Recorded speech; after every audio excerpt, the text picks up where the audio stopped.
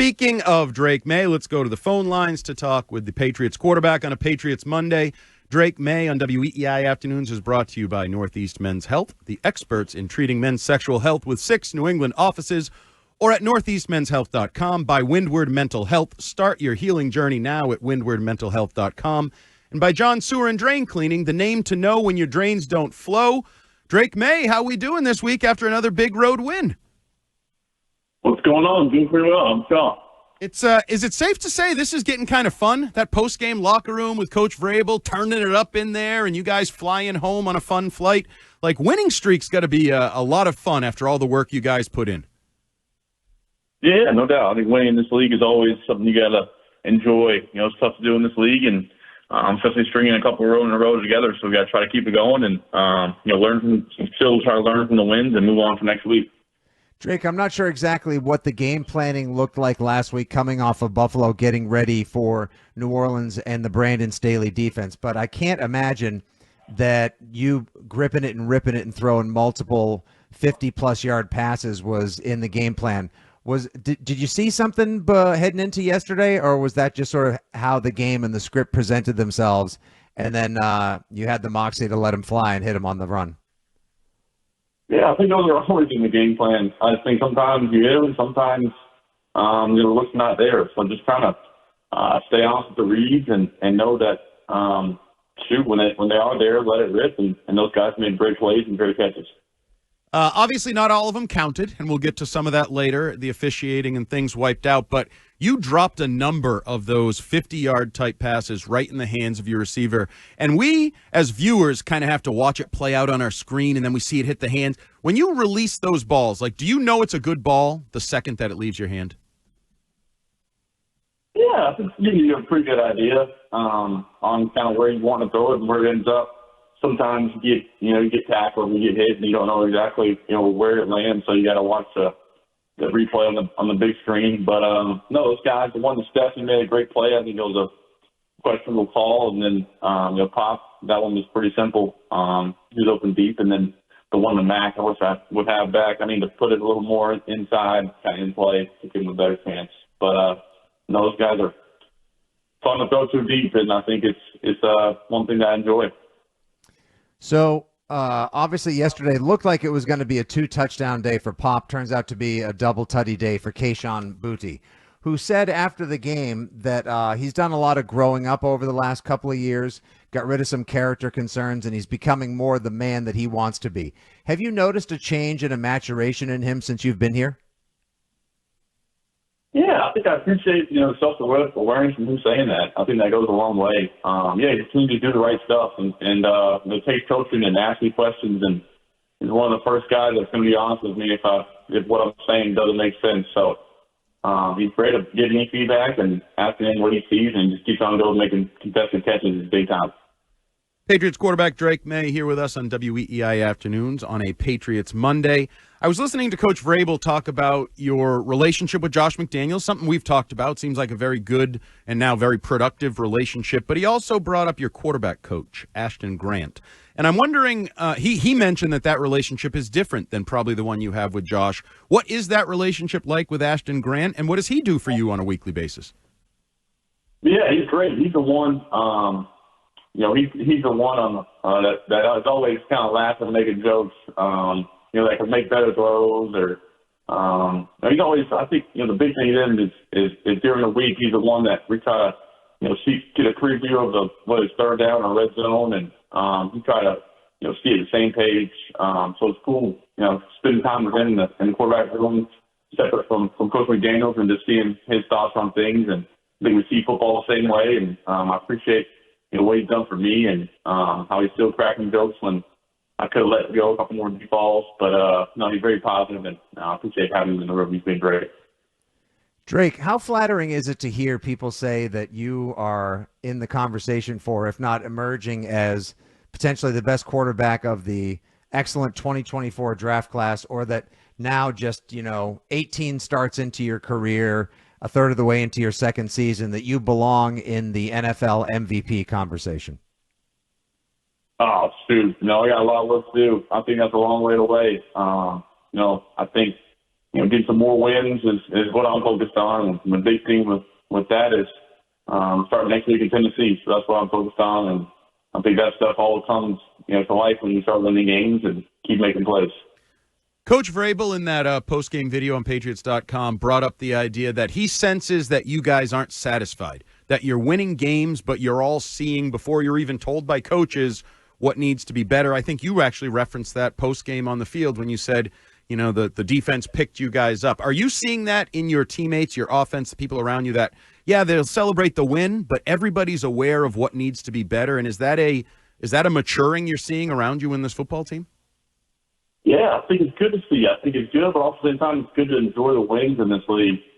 I think it's tough to come after a win and be disappointed, but I think it's good for the guys to see that we still have more stuff to put on tape and better football to show. I think defensively, the way they made adjustments out of halftime was huge for us. And offensively, I thought we could have put the game away and had some chances to, the defense forcing punts. So that's what I kind of look at and feel like. And coaches was funny reminding us that that's what coaches are for, and we just enjoy wins and have fun playing out there. Drake, when you hear guys like Milton Williams say that they were sick, he had a fever over 100 on Saturday reportedly, then had to get an IV just so he could find his way out into the field. He gets out there, grinds it out, has another great game, plays really tough. Does that inspire you guys to try to reach in and find another level yourselves? Yeah, I think that's always pretty cool when guys are fighting through little injuries or a little sickness to be out there and be out there with their teammates. That goes a long way, and especially the way he's been playing this year, it's a good feeling having 97 out there rushing the passer and out there with the defense. So it's pretty sweet that the guys are starting to buy into the identity and playing hard and finishing longer. So it's pretty cool.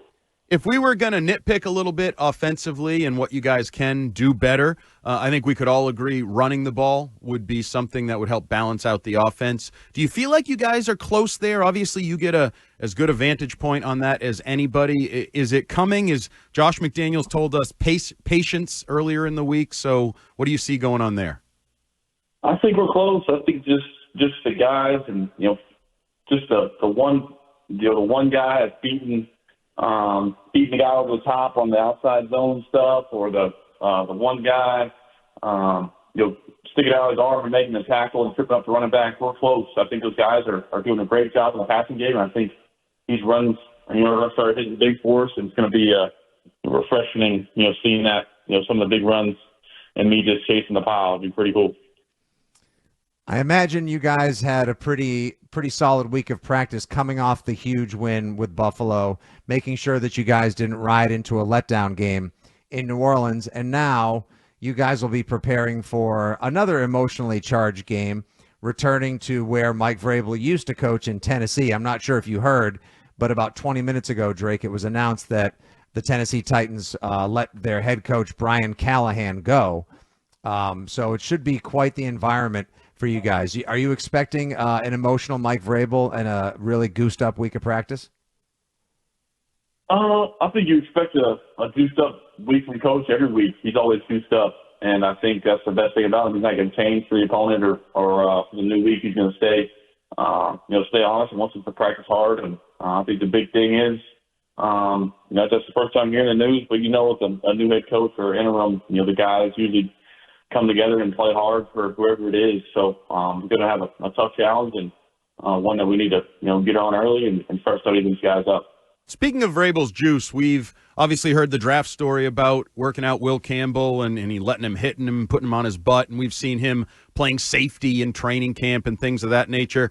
During these game weeks, does he ever rush the passer? Does he ever do drills with you, try to bat down balls? Does he ever do any of that? Sometimes it's 7-on-7 down in the red zone. He'll come after me as a defensive end, just try to work on scramble, go down there. And then recently he's been playing a little bit in pre-practice jog throughs of nose guard on defense for offense. So it's been pretty fun seeing him in there. I gotta follow that up with has he ever put himself in at tight end the same way that he used to? I'm sure he hasn't reminded you a million times that he caught all 10 targets that were thrown to him and multiple touchdowns in the NFL. Yeah, no, he doesn't line up at tight end, but I heard him say the other day that he preaches ball security very, very intensely to us. That he never really had to focus on ball security because he was always in the end zone when he caught it. Drake, I know you mentioned it post-game, praising the fans that traveled to New Orleans. The passion of Boston sports fans, were you aware of what you were coming to when you were drafted? Has it surprised you? Has it been a positive surprise to you? How have you come to know the Boston sports? And obviously, growing up a sports fan, you're kind of aware of the big-time sports cities, and you can see the Red Sox, playing for the World Series, and my dad talked about the Celtics and Larry Bird and, the great teams here in Boston and the Bruins, obviously. So I think you see all these great teams and that Boston has. They've had something to cheer for. And I think that's just carried on into the passion every year in, year out. And I think that's what's, really cool about the city. And like I said, in the post-game, we're getting something to cheer for. And we, continue doing that. I can give you something to cheer for tonight, Drake. Maybe the Atlanta Falcons, because there's a double Monday Night Football header coming up tonight. And if the Falcons beat the Bills, you are going to wake up in first place in the AFC East. Did you ever think that could potentially happen 6 games into year 2? It's one of the things that Coach, was our goal at the beginning of the year was win a division. And I think it's a long season. So I think, being tied in the division, could mean something now, but not by the end of the year.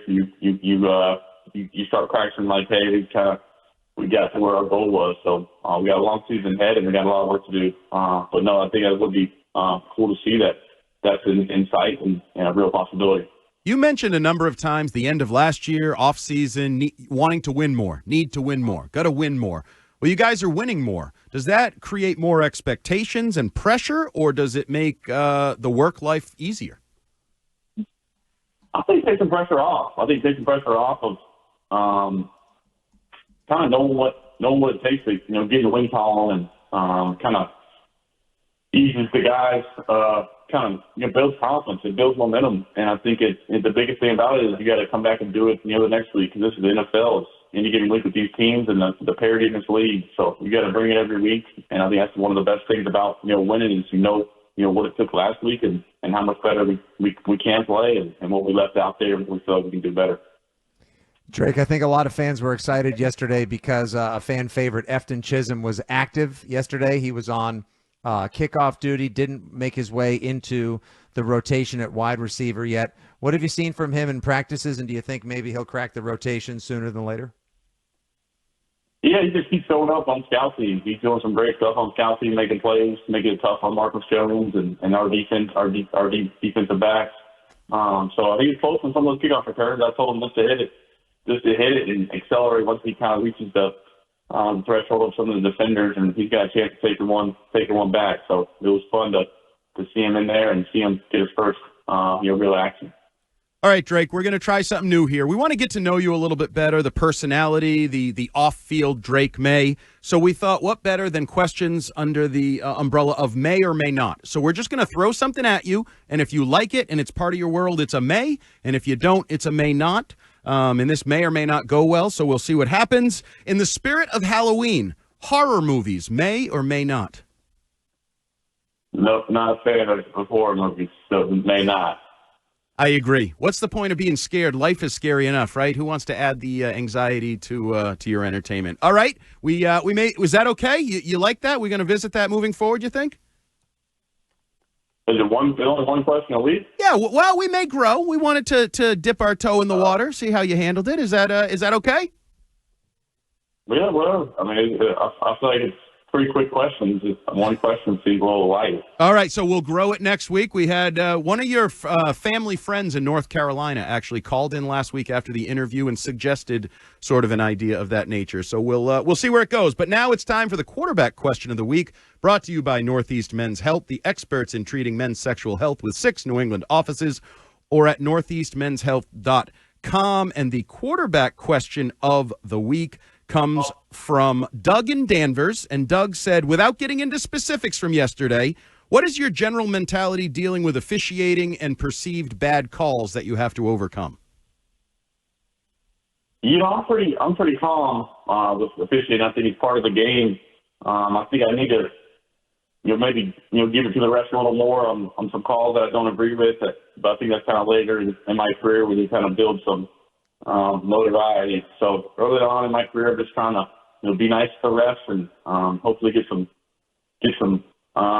know and get some calls at the end of the day. But I think those calls yesterday, I didn't really notice like what they were calling and when it happened. My eyes are downfield, so you see them back on the tape afterwards, and it's frustrating. But they have a tough job, and I think at some point it becomes a little frustrating. But try to hold emotions in. It's also hard to go after the referees when you're already in the bench area celebrating the touchdown you think they threw before the 5 minute later flag, right? When you're already in the bench area, it's a little tough. Exactly. That was one of the latest flags I've ever seen. So we were like, I think I was literally walking off about to sit down. Yeah, I'll say it for you. It's the worst call I've ever seen. Drake, bad. appreciate you joining us, and we'll talk to you next week, bud. Thank you guys. Have a good one. Go Pats. We got to go, Drake. Pats. All right. We got to thank you guys at Go Pats, and I can hear the SMH going on behind the glass because Stiz Grimy, the biggest horror movie fan in the world, now knows his QB1 doesn't like horror movies. That's all right, though. You know what? We got some more person. Great interview, boys, and Drake's really starting to grow on me. He's growing on me, and it helps when you're an MVP candidate and you're winning games and you're throwing 3 touchdowns and 50-yard bombs like it's what you do when you roll out of bed. That all helps, but it also helps when we start a new bit and he goes, "That's all you got? I thought there'd be more of those." So thank you, Drake. We will add to the may or may not questions next week. Fitzy, get some good ones ready for next Patriots Monday. I was the second he said that's all you got, I was like, listen, I can fire 20 at you right now, but you know what? Better to slow play it. I think next week we hit him with like a 6-pack.